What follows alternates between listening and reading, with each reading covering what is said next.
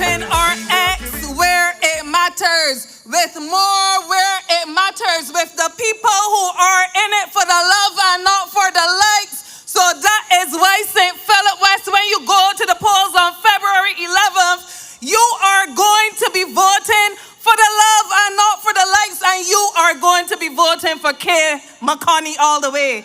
Good night, St. Philip West. Good night, everybody here in St. Patrick's. Good night to my people as far up as Woburn, where I spent some time. I'm a St. John girl, but I spent some time with you here in St. Philip West for at least 10 years. And I know that if you would not have wanted me to ensure that I get all the rodents out of St. John, you would have been telling me and joining me and voting for Kay. But tonight I speak on her behalf, and I speak on her behalf in a very solid way tonight. I want us to focus on the moment that we are in. I know that previous speakers and your chairperson for tonight, he's going to do what he has to do to convey certain messages to you. But I don't want to spend time focusing on an opposition tonight. Tonight, I think you have seen enough for the last 7 years. I know that you have seen enough in the last 7 years under the Barbados Labour Party to understand that when you go to the polls on February 11th, you are not simply voting next to a name. You are voting for yourselves. You're voting for your families. And you're voting for your future. So I'm not going to be preoccupied tonight in trying to tell you not to go back to those old ways. Because I know that those of you who have that right to exercise here in St. Philip West, you have seen enough of those old ways to leave them where they are. We saw them being defeated once in 2018, again in 2022, and come February the 11th in 2026, we will be reaffirming not only to St. Philip West, but to the rest of Barbados that we've had enough of them and we are not going back. So tonight, I am not going to spend time talking to you about the confusion that there was. I'm not going to spend time talking to you about the bitterness and emptiness and presentations that there still is. I'm going to spend some time in St. Philip West asking you to consider yourselves and asking you to consider the kind of future that you want for yourself.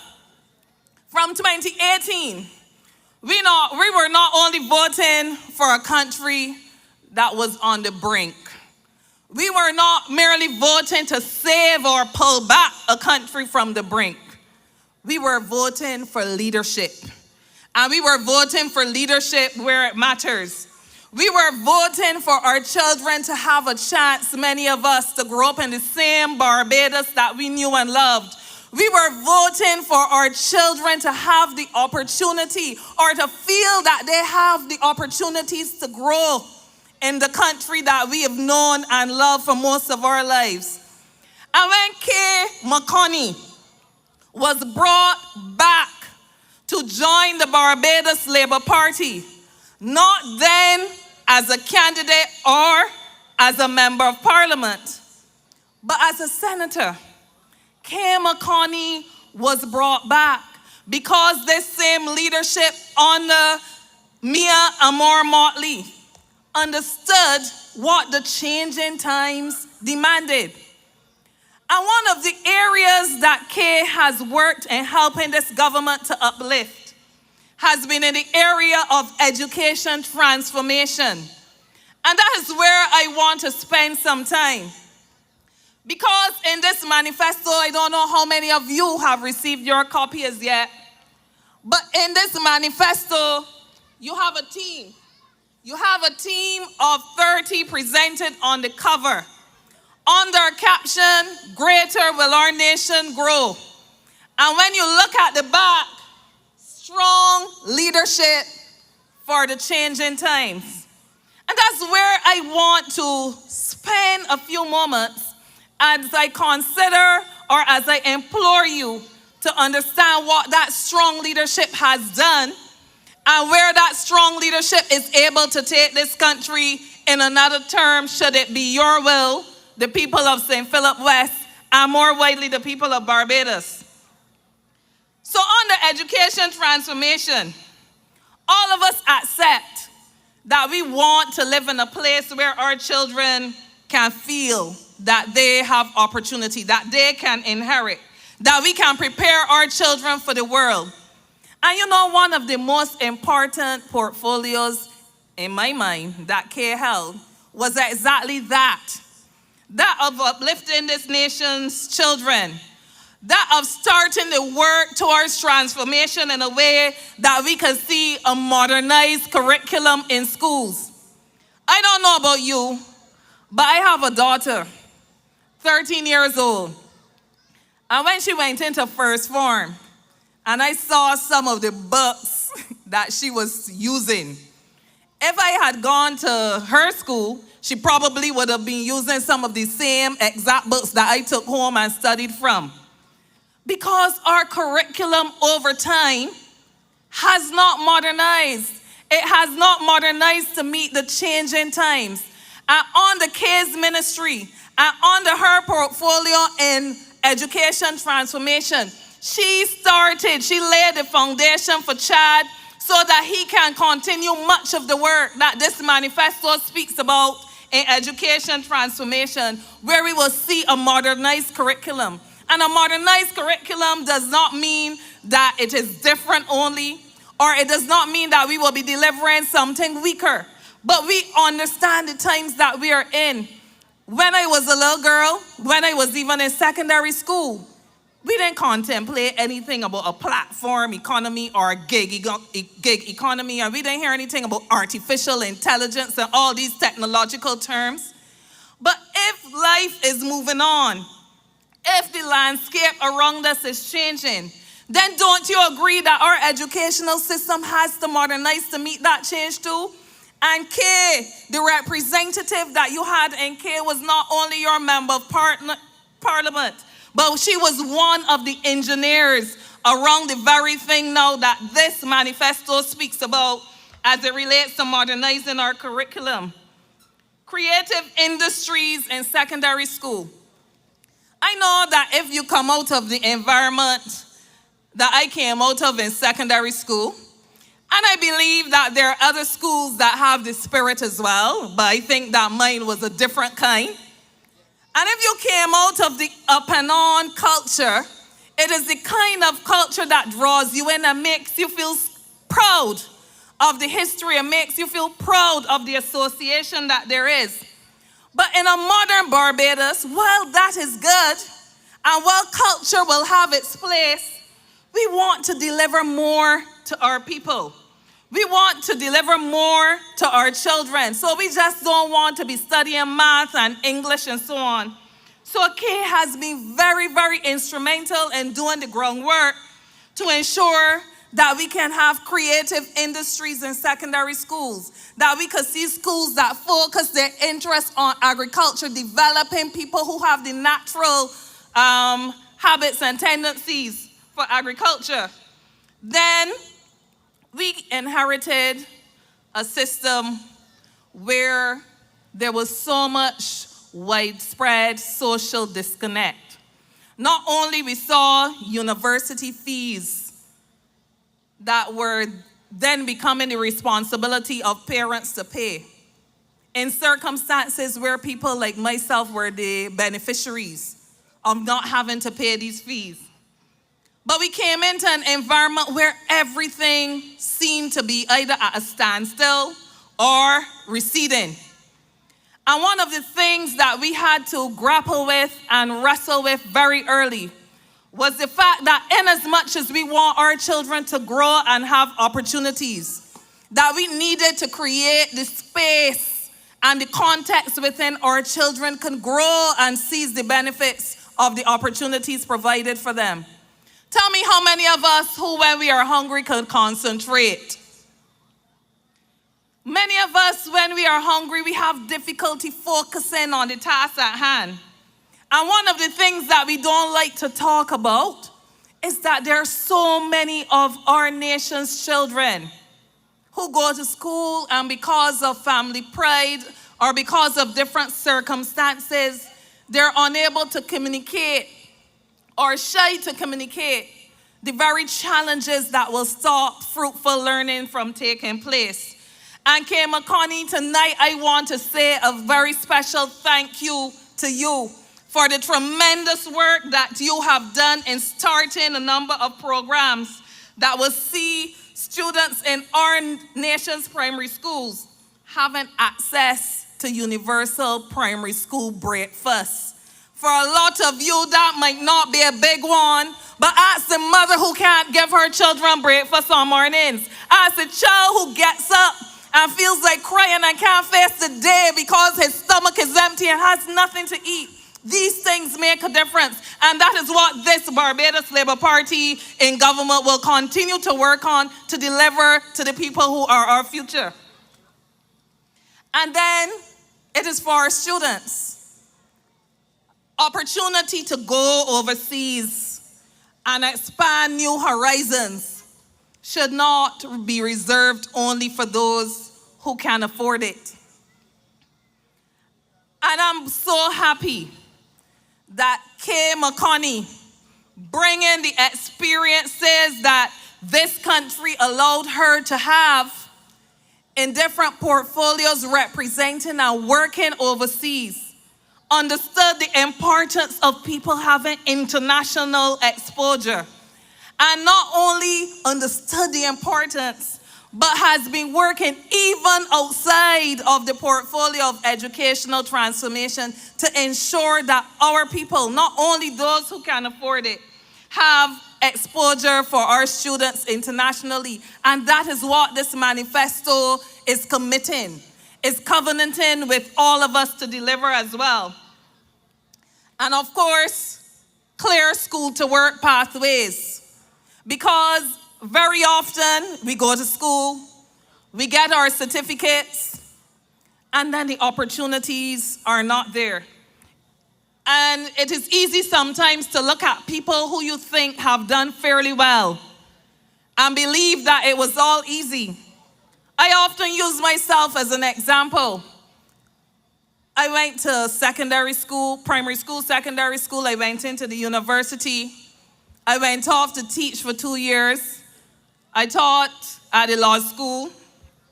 And then after that, I went overseas and decided I wanted to pursue a master's.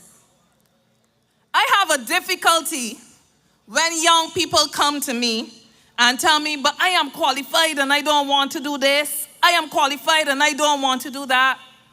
Many of us have had to struggle to position ourselves where we can be not only the beneficiaries of educational opportunities, but then be the beneficiaries of job opportunities.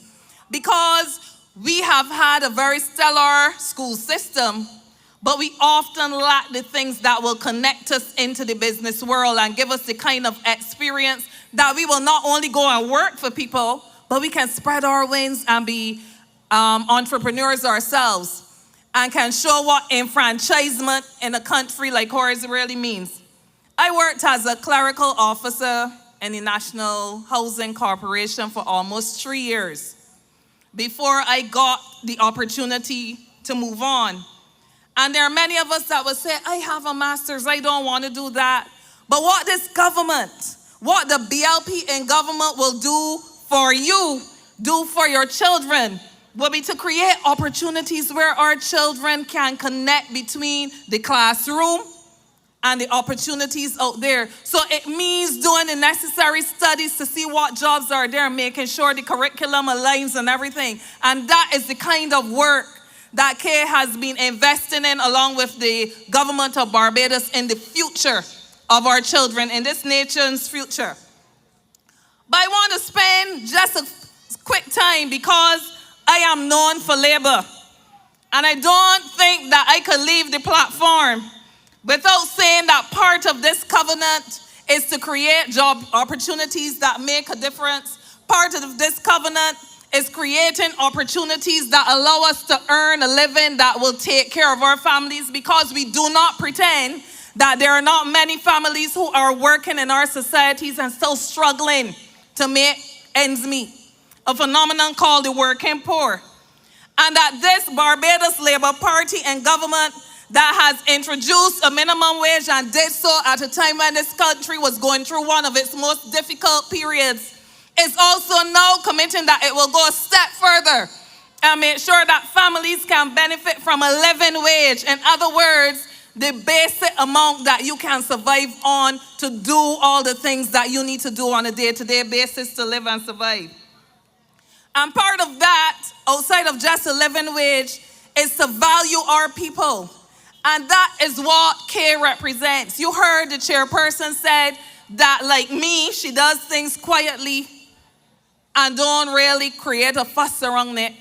But making a difference in people's lives also means creating opportunities. And I'm so proud to be part of a government that sees public sector workers and feels public sector workers and understands that it is not only enough to make sure that salaries are paid or salaries are increased, but that our public servants, our teachers, who we can never pay enough, our policemen, who we can never value enough for the service that they deliver, our doctors, our nurses, that these people have an opportunity to benefit from 30% of any housing plans and so on, housing developments that the government will establish. I want you, as I prepare to close, I don't want to roll out too much policy, because I think that there's so much in this manifesto and it's important for us to issue it in bite sizes so that you can digest. We've spoken a lot about record. And record is important for one main reason in this election.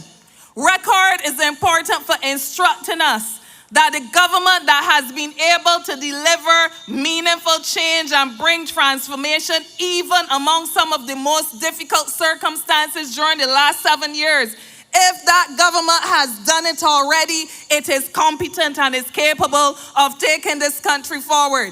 So record is important. And the manifesto that we present and that was presented to you a couple nights ago is not one of empty promises, therefore, because you've heard it from several of our speakers that of over 1,700 promises or commitments to the people of Barbados that the government has been able to keep faith with, not all, but 70%. And in any environment, 70% is more than just a barely scraped pass mark. In fact, in some circumstances, it could be as good as an A-.